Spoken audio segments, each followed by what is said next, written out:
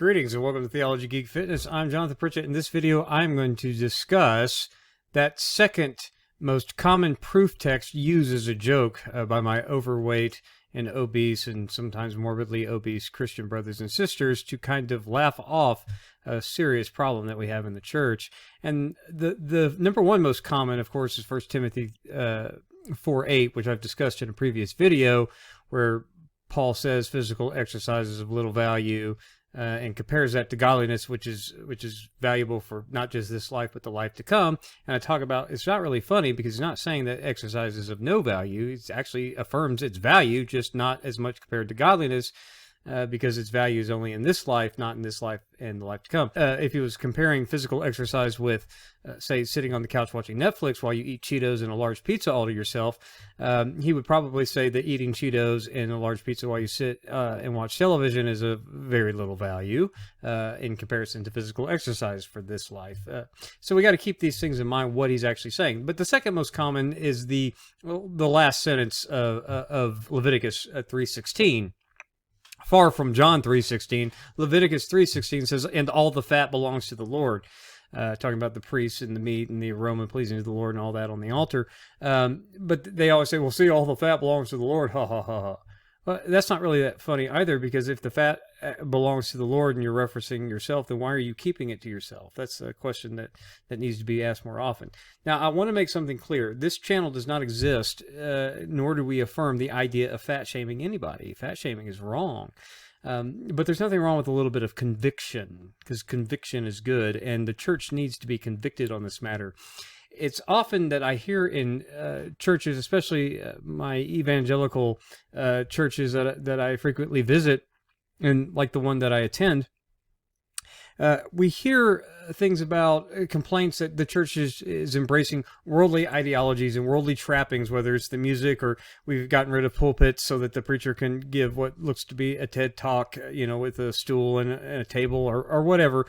Silly, trivial things like that, but nonetheless complaints. And then certain worldly ideologies make a way into the church as well. But one of the ideologies that the church long ago embraced that's I think pretty damaging is the idea of fat positivity and fat acceptance and health at any weight. Now, while not as destructive as some of the gender ideology in the culture that denies basic science, this idea of health at any weight and body acceptance and fat acceptance is from the world as well, and it's just as reality denying as that gender ideology that we talk a lot about in Christian circles that's kind of prevalent in culture. It's the same kind of thing that denies reality. I don't care what junk science is behind it, it's not true, right? Real science has shown that obesity is a serious problem. It's a serious health risk. There's the amount of obesity-related deaths in this country is astronomical, and the church seems to turn a blind eye at the causes of obesity, which are gluttony and sloth. And as I've said in previous videos, again, it's not a sin to be fat, but every activity that makes a person fat, how does that happen? It's consuming too much food, right? And sloth is not burning off all the food that you consume by being lazy. And just because you're busy doesn't mean that you're not being lazy. Lazy people busy themselves with all kinds of things. So gluttony and sloth.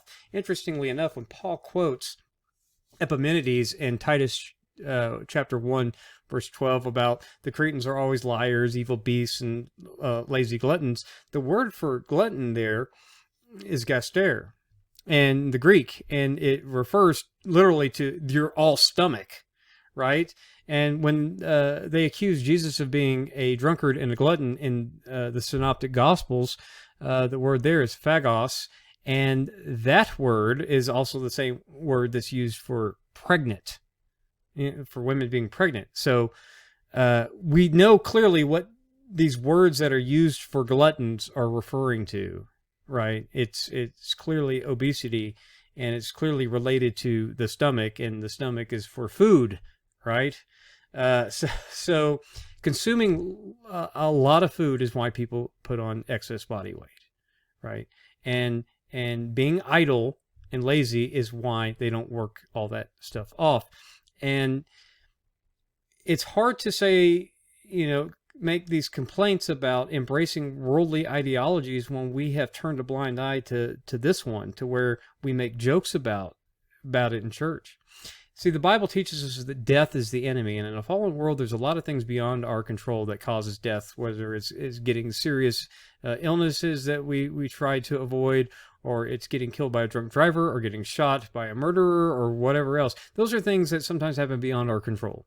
But obesity-related deaths are astronomical, and those are things, and our weight is something that we actually can control, contrary to what people like to say about genetics or anything else.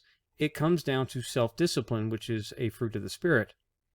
So, again, not trying to shame anybody, but I do think that we need to talk about this more, and even if it's uncomfortable, because conviction is not a bad thing, right? Shaming is a bad thing. I'm not trying to fat shame people, but conviction, sometimes we need to talk about this, and if you get convicted, you're not being shamed, you're being convicted, right? Because it is a serious problem in the church. And we've embraced this problem, and we make jokes about it, we laugh about it, and we ignore it. But yet, everything people like me have been trying to say, and look, I used to be the same way. Everyone who knows my story knows that I was morbidly obese just 3 years ago, right? So, heck, just a little over two years ago. So I'm not saying that I have no experience with this, or that it's easy for the guy with the fitness channel to say because he's fit. No, you can go read or watch my video or read things I've posted about this. I understand the challenge of it. I went through it, right? So again, in Christian circles, and the reason why, it was, I was having all kinds of health problems, and it took the former president of this seminary, Dr. Harold Hunter, pointing out to me after years of working here at the seminary, saying, you are getting very, very bad, out of shape, and fat. You need to do something about it. And what could I say to that? Right? I was having health issues at the time. All kinds of things were going wrong with me. He's like, you need to get this under control. And if he hadn't have called me out on it, I don't know that I would have actually moved to do anything. So, and he wasn't trying to be mean, but he was trying to be compassionate, and I appreciated it, even if it makes you feel awkward and uncomfortable.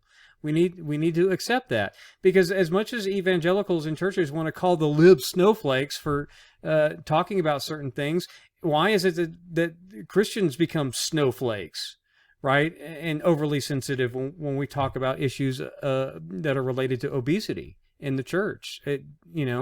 To quote those kind of that kind of language back is just suck it up, buttercup. We need to talk about this. We need to deal with this. We need to create a better culture to where we promote living healthy, where we promote fit bodies who are, as my friend Cody Wheeler says, strong for your tasks. We need to be strong for our tasks to serve King Jesus, so we can serve our families and our church families and our communities for the Lord. If you're getting winded from getting off the couch, that's a problem, right? So we need to get better about talking about this in the church. And no matter how nice you try to be about it, somebody's going to get overly upset, because it is making people uncomfortable anytime you bring up weight issues related to body weight. But you know what? Sometimes you just have to be uncomfortable. And the little attention that we pay to this, while we're trying to blast all the other sins out there, whether it's in the church or in the culture at large, we need to look at ourselves here. It's not healthy to be overweight. It's not good for you. In fact, when you get physically fit, when you love the Lord with all of your strength, as well as your heart, soul, and mind, it improves your physical health and your mental health and your emotional health and your spiritual health. It always gets better. Is it easy? No, but it's simple. Exercise some self-discipline, eat less food, move around more, eat a proper diet, and exercise. That's what needs to happen in the church, because the Bible teaches us that death is the enemy, right? And so we need to we need to stave off death unless we can't avoid it, prematurely. But this is something that we can control. So we need to get a handle on this, right? I want to encourage you all, if you're struggling with it, to find some help. If you need help, this channel exists to help find easy ways that you can do this from home. When it comes to getting some exercise, or when it comes to what you should eat, it's no mystery. We all know what's healthy. So I want to encourage more people with as much compassion as you can, but also with as much conviction and firmness you can, to talk about this, because we need to deal with this in the church. So stop making the jokes and stop making the excuses. Our bodies are a gift from God. They are good. Everything that God created is good, Paul tells us. And so we need to steward these bodies. Stewardship's important. We need to take better care of ourselves. So I'll leave it with that. Anyway, I appreciate you watching this video. Pass it around. Share it with people that you think need to hear this message. Share the channel. Subscribe to the channel if you haven't. Like the video if you like the video. Click the dislike button if you don't like the video. I don't care either way. If you want to support what we're doing here at Theology Geek Fitness, you can become a patron at patreon.com/theologygeekfitness. I appreciate your time watching this video. We'll see you in the next one. God bless.